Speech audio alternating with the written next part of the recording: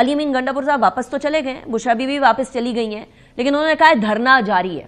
اور انہوں نے کل کے پی کے اسمبلی کے اندر رات گئے ایک سپیچ کی ہے, بڑی دھواں دار قسم کی سپیچ تھی. اس سپیچ میں انہوں نے کہا ہے ہم واپس آ رہے ہیں, اور گورنر راج لگا کے تو دکھائیں ذرا آپ کے پی کے اندر. تو یہ بھی بتا دیجئے کہ کیا گورنر راج ایک آپشن ہے بھی یا نہیں, اور اگر دوبارہ یہ آتے ہیں دین واٹ؟ اچھا, ایک بات میں یہاں پہ جو آپ کے پہلے کویشچنز کو میں آنسر کر رہا تھا, یہیں پہ ان سے ریلیونٹ میں بات آپ کے سامنے رکھ دوں.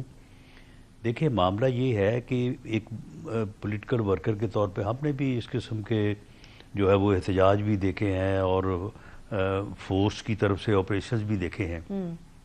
دیکھیں اگر یہ دونوں راہ فرار نہ اختیار کرتے, یہ علی امین گنڈاپور صاحب جب آپ منہ سے آگ برسا رہے ہیں اور وہ محترمہ جو کہہ رہی تھی کہ سارے بھی چلے جائیں گے تو میں یہاں پہ رکی رہوں گی, اگر یہ وہاں سے نہ جاتے تو میں پاسبل کہ وہ آپریشن جو ہے وہ تھوڑا جو ہے وہ فیٹل ہو جاتا. آپ مجھے بتائیں کہ جب لیڈر وہاں سے نکل گئے, اور یہ نکل گئے اس سٹیج کے اوپر جب ابھی ٹیئر گیسنگ ہو رہی تھی, تو اس کے بعد پھر کارکنوں کو مارنے کا یا کارکنوں کے اوپر جو ہے وہ کوئی فائرنگ کرنے کا کوئی جواز ہی نہیں رہتا. اس کے بعد تو لوگ تتر بتر ہو گئے, وہاں پہ رکا ہی کوئی نہیں, یعنی جتھے کے جتھے بھاگتے جا رہے ہیں اور سارا میڈیا جو ہے وہ ان کو جو ہے وہ دکھا رہا ہے.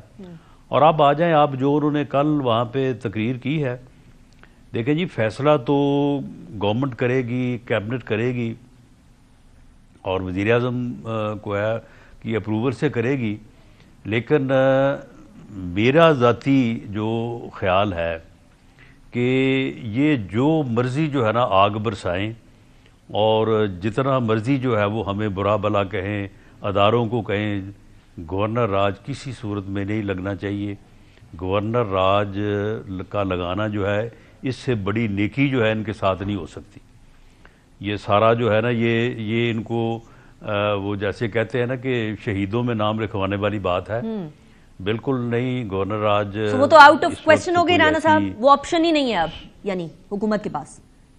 جی میری رائے میں تو آؤٹ آف کویسچن ہے, اور گورنمنٹ لیول پہ بھی اس قسم کا کوئی ڈیسیجن ہوتا میں نہیں دیکھ رہا.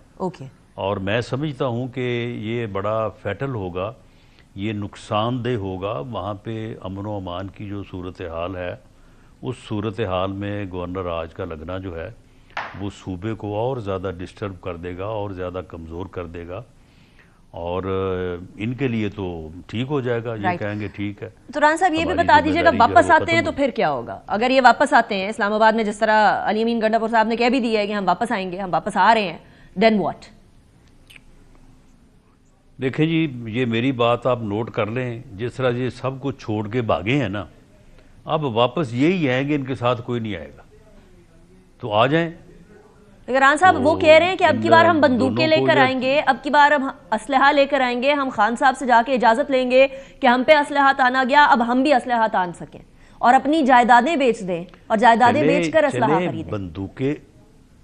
چلیں بندوقیں لے کے آئیں گے, سروں سے کفن باندھ کے تو نہیں نہ آئیں گے.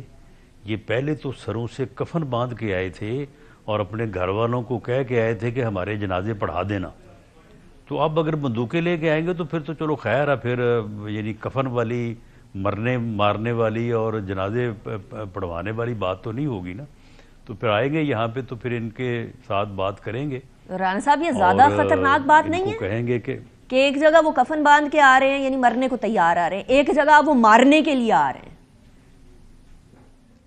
نہیں, یا تو یہ ہے نا کہ اس دفعہ یہ نہتھے آئے ہوتے, اس دفعہ تو کفن بھی باندھ کے آئے تھے, جنازوں کا میسج دے کے آئے تھے اور بندوقیں ان کے پاس تھیں. یہ 15-20 ہزار کا جتھا جب سے چلا ہے, پورا میڈیا کے پاس کوریج موجود ہے, پرائیویٹ میڈیا کے پاس آپ رسائی حاصل کر سکتی ہیں. ان میں سے مور دین 50% لوگ مسلح تھے, ان کی گاڑیوں میں بندوقیں تھیں, ان کے ہاتھوں میں تھیں, تو یہ بندوقیں لے کے آئے تھے. اب اور کون سی بندوقیں انہوں نے لے کے آنا ہے؟ Very interesting.